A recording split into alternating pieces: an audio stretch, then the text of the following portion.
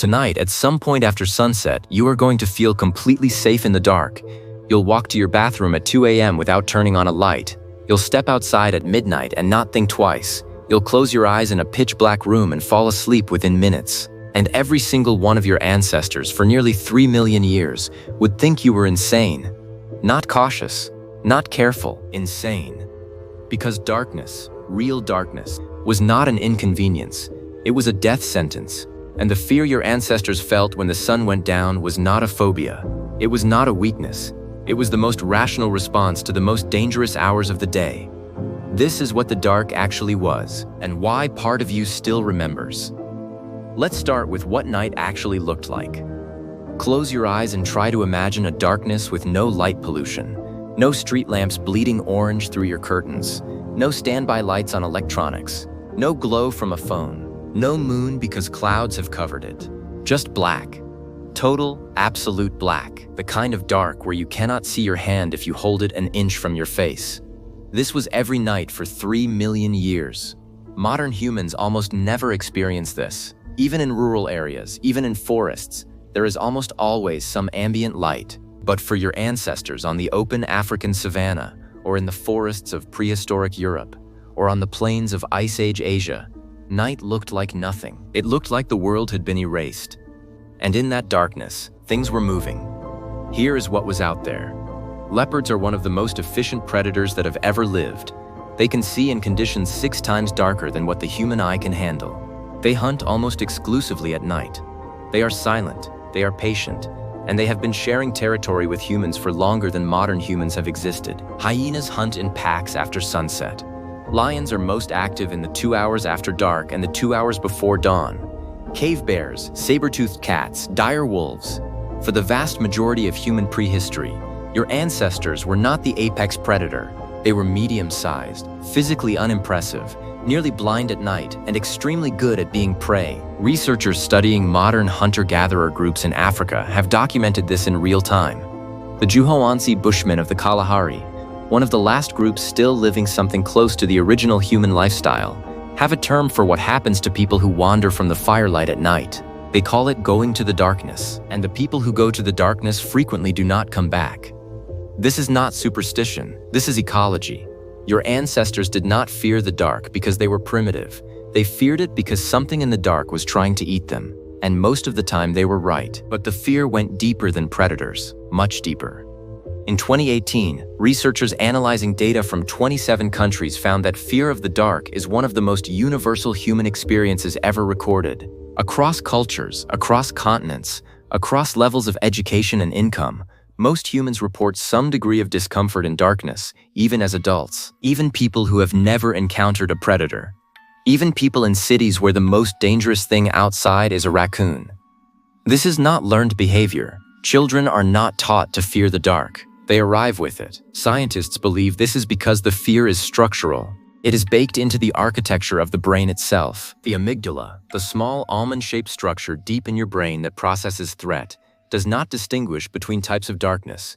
It cannot tell the difference between a dark room in a safe apartment and a dark savanna 100,000 years ago.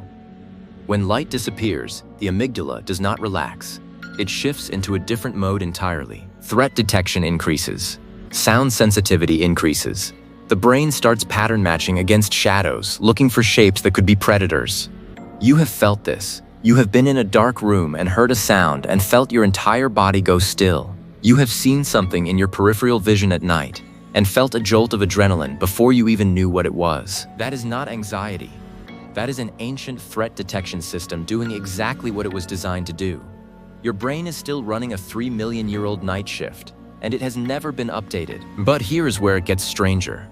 Because the fear of the dark was not just about what was outside, it was about what happened to the mind inside. In complete darkness, the human brain does something remarkable and disturbing. It starts generating its own input. In studies where subjects are placed in total sensory deprivation, without light, without sound, without touch, most people begin experiencing hallucinations within 15 to 20 minutes.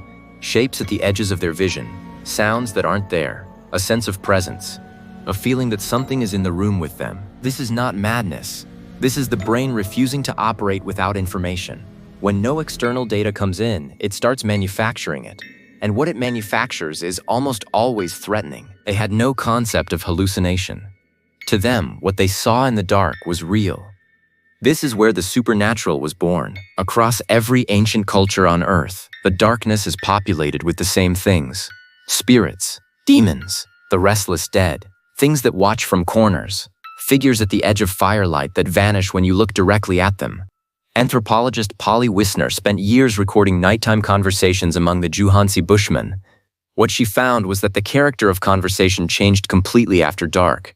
During the day, people talked about logistics, food, resources, practical problems.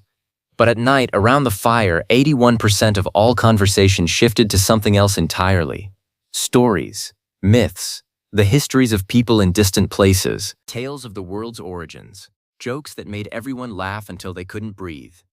The campfire circle was the first classroom, the first theater, the first church, and it only existed because the darkness outside was so dangerous that clustering together in the light was the only alternative to dying alone. Your capacity for storytelling, for myth, for religion, for imagination, all of it was forged in those fire-lit hours, born directly from the terror of what lived in the dark beyond the flames. But even with fire, the darkness was never fully conquered, and some of what your ancestors did to cope with it is harder to understand than the fear itself. In sites across prehistoric Europe, archaeologists have found evidence of rituals performed in conditions of extreme darkness.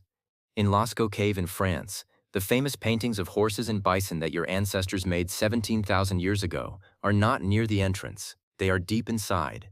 So deep that to reach them, a person had to travel hundreds of meters into total blackness, with nothing but a small animal fat lamp producing a flame the size of your thumb. Researchers have gone inside and recreated these conditions.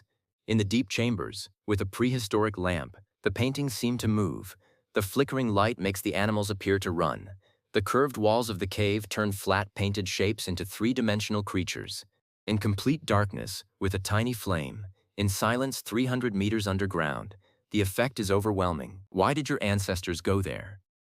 The most compelling theory is that the darkness itself was the point. That the extreme, terrifying darkness of the deep cave was a threshold, a place between the ordinary world and something else. Entering the darkness, surviving it, going deep enough to encounter the other side, was itself the ritual. They were not hiding from the dark. They were walking into it on purpose. Not because they had conquered the fear, but because the fear was the experience. And here is the part that no one talks about. You have inherited all of it. The amygdala that fires when your bedroom gets too dark. The shapes you see when you stare at a black ceiling long enough. The instinct to check behind you when you hear something at night. The way horror films work on you even though you know they're not real.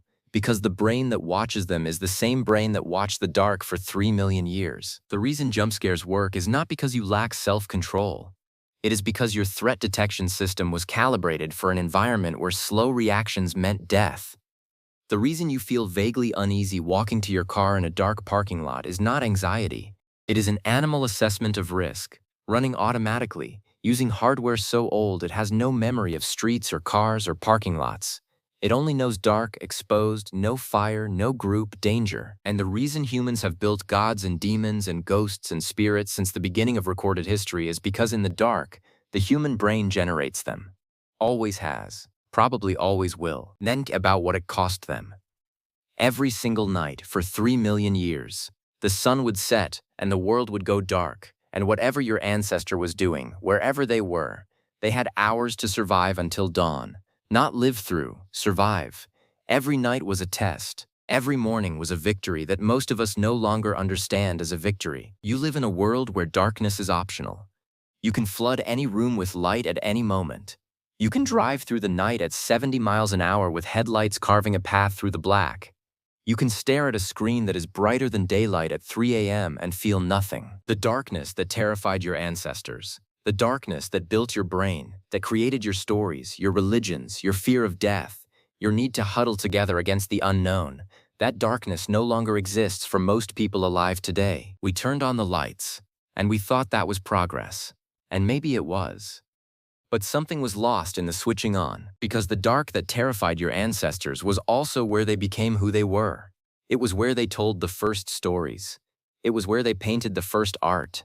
It was where they built the first sacred spaces. It was where they learned what it meant to survive together, shoulder to shoulder around a small fire, in a world that was trying to swallow them whole. Every light you turn on tonight is a victory over that world. But somewhere, running beneath everything you are, a program older than language is still scanning the edges of the room, still listening for sounds that don't belong, still remembering what lived out there.